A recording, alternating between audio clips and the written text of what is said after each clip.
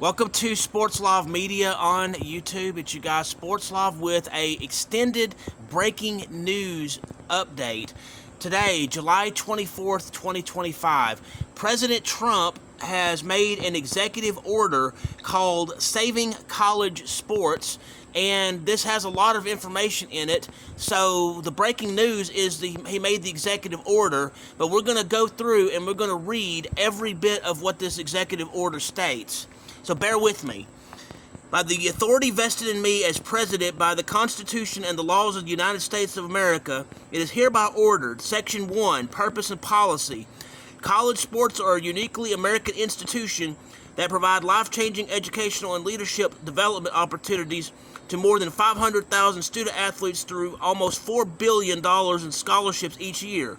College athletics also provide substantial support to local economies and form an indelible part of family activities, pastimes, and culture in many communities. While major college football games can draw tens of millions of television viewers and attendees, they feature only a very small sample of the many athletes who benefit from the transformational opportunities that college athletics provide.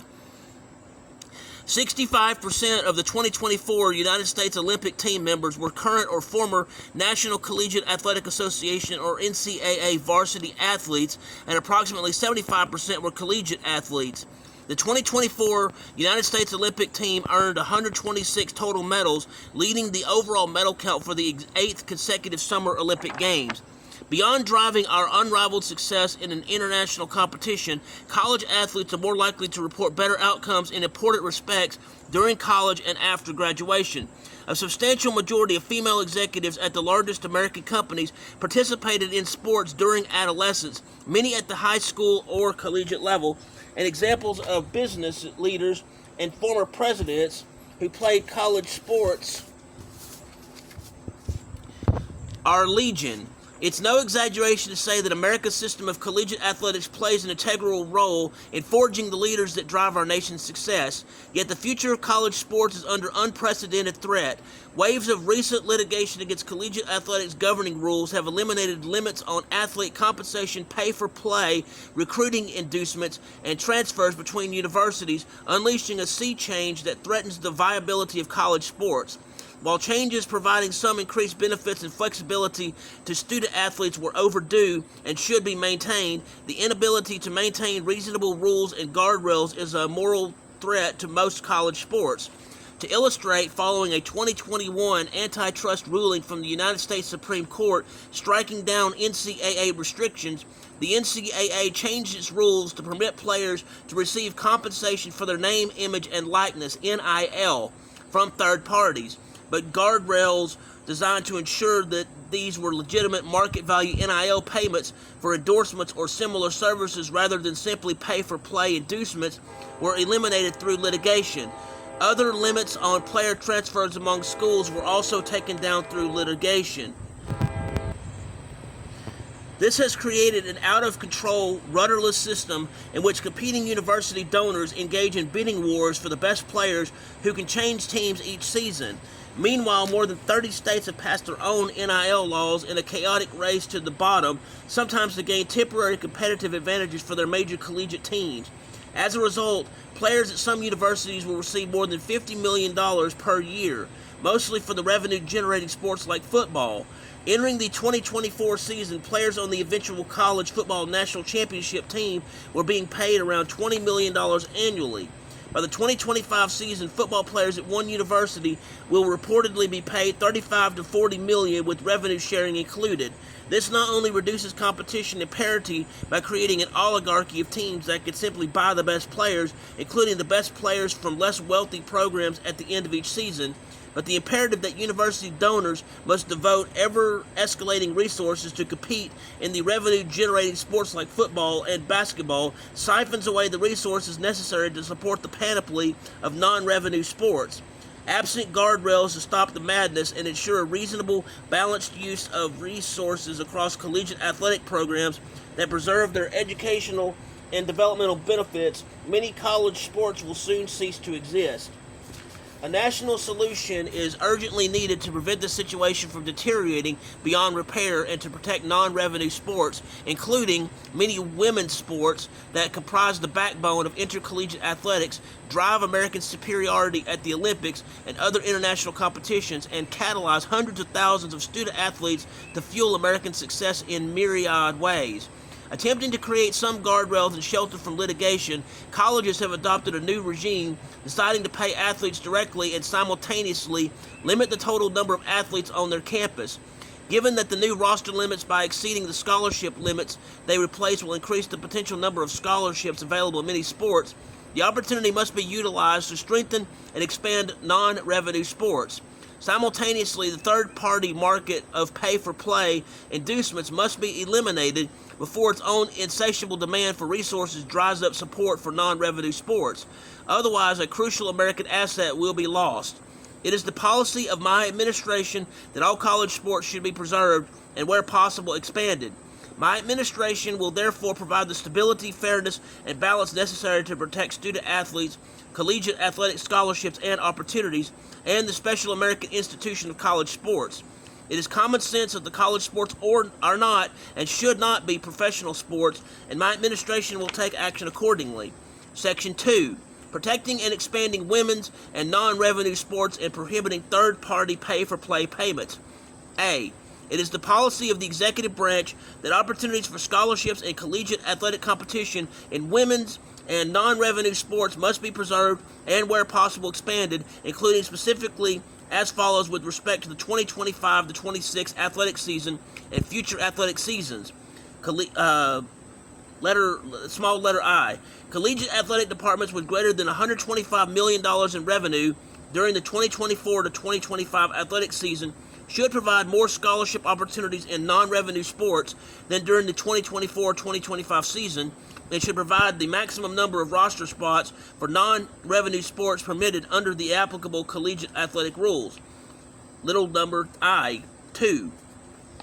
College athletic departments with greater than $50 million in revenue during the 2024-2025 athletic season should provide at least as many scholarship opportunities in non-revenue sports as provided during the 2024-2025 athletic season, and should provide the maximum number of roster spots for non-revenue sports permitted under the applicable college athletic rules.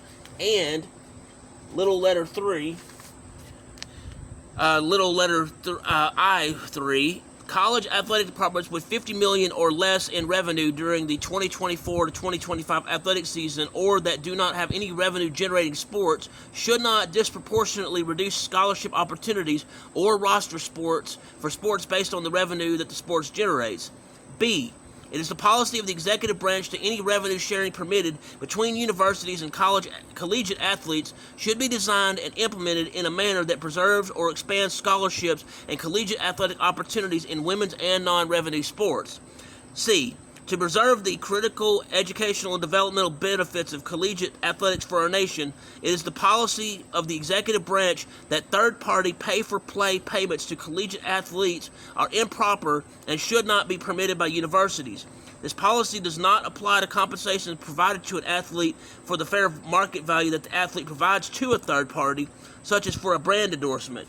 D. Within 30 days of the date of this order, the Secretary of Education, in consultation with the Attorney General, the Secretary of Health and Human Services, the Secretary of Education, and the Chairman of the Federal Trade Commission, shall develop a plan to advance the policies set forth in subsections A through C of this section through all available and appropriate regulatory enforcement and litigation mechanisms, including federal funding decisions, enforcement of Title IX of the Education Amendments Act of 1972, prohibiting unconstitutional actions by states to regulate interstate commerce, and enforcement of other constitutional and statutory protections, and by working with the Congress and state governments are as appropriate. Section 3. Student-athlete status. The Secretary of Labor and the National Labor Relations Board shall determine and implement the appropriate measures with respect to clarifying the status of collegiate athletes, including through guidance, rules, or other appropriate actions that will maximize the educational benefits and opportunities provided by higher education institutions through athletics. Section 4. Legal protections for college athletics from lawsuits. A. The Attorney General and the Chairman of the Federal Trade Commission shall work to stabilize and preserve college athletics through litigation, guidelines, policies, or other actions as appropriate by protecting the rights and interests of student athletes and the long-term availability of collegiate athletic scholarships and opportunities when such elements are unreasonably challenged under antitrust or other legal theories. B. Within 60 days of the date of this order, to advance the purpose of subsection A of this section, the Attorney General and the Federal Chairman of the Federal Trade Commission shall, I, review and, as necessary, revise litigation positions, guidelines, policies, or other actions, and I2, develop a plan to implement appropriate future litigation positions, guidelines, policies, or other actions. Section 5, protecting development of the United States Olympic team. The Assistant to the President for Domestic Policy and the Director of the White House Office of Public Liaison shall consult the United States Olympic and Paralympic Committee and other appropriate organizations of American athletes about safeguarding the integral role and competitive advantage that American collegiate athletics provide in developing athletes to represent our nation in international athletic competitions. Section 6. General provisions. A. Nothing in this order shall be construed to impair or otherwise affect I, the authority granted by law to an executive department or agency or the head thereof, or I2, the functions of the Director of the Office of Management and Budget relating to budgetary, administrative, or legislative proposals. B. This order shall be implemented consistent with applicable law and subject to the availability of appropriations. C. This order is not intended to and does not create any right or benefit substantive or procedural enforcement at law or in an equity by any party against the United States, its departments, agencies, or entities, its officers, employees, or agents, or any other person. D. The cost for publication of this order shall be borne by the Department of Education. Signed, Donald J. Trump, the White House, July 24th, 2005. So there you have it, the new executive order regarding sports that President Trump has just put in place regarding, it's called Saving College Sports, and this executive order did come out today, July 24th, 2025. So with that, thank you for taking the time to hear this extensive breaking news regarding the executive order regarding college sports. If you will, thank you for taking the time to hear this on Sports Live Media.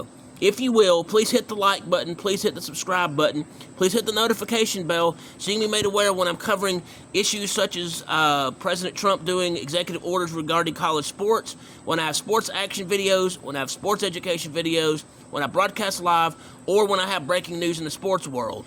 Thanks and have a great day.